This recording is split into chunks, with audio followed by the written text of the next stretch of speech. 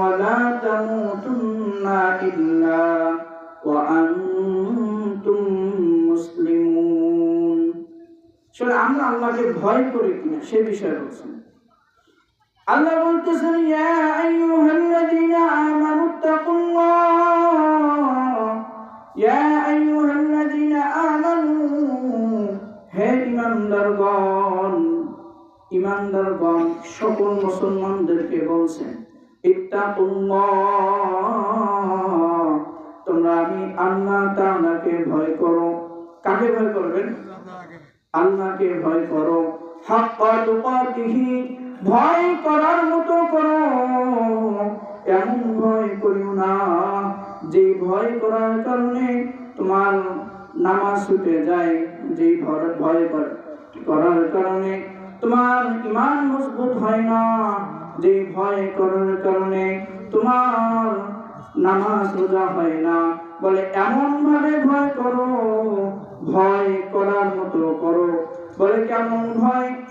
যখন আপনি দুনিয়াতে অসৎ কাজ করতে গেলেন, যখন একজন মানুষের হক আপনি নষ্ট করতে গেলেন, তখন আপনার মনের ভিতরে এমন ধারণা হইল যে হায় আমি যে মানুষটার হক নষ্ট করব, আমি দুনিয়াতে বসে আমাকে ধরার মতো ক্ষমতা কারো নাই, কিন্তু আল্লাহ তাআলা যদি আমাকে ধরে তাহলে আমি আল্লাহর জবাবে কি বলবো? যদি এমন প্রশ্ন আমার মনের ভিতরে আসে তাহলে কি আমি ওই অসৎ কাজটা করবো? বলেন অসৎ কাজটা কি করবো? করব না। ছোট্ট একটা উদাহরণের মাধ্যমে আল্লাহ রাসূল বলছেন, আল্লাহ রাসূল হাদিসের ভিতরে বলছেন যে তোমাদের ভিতরে কেমন ভয় দরকার।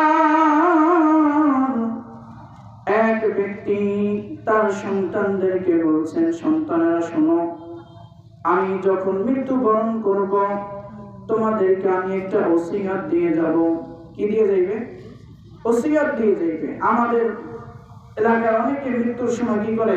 অনেক সন্তানদেরকে ওসিয়ত দিয়ে যায় যে বাবা আমি মারা গেলে এই কাজটা করবো, ওই কাজটা করবো, এটা ওসিয়ত দিয়ে যায় না?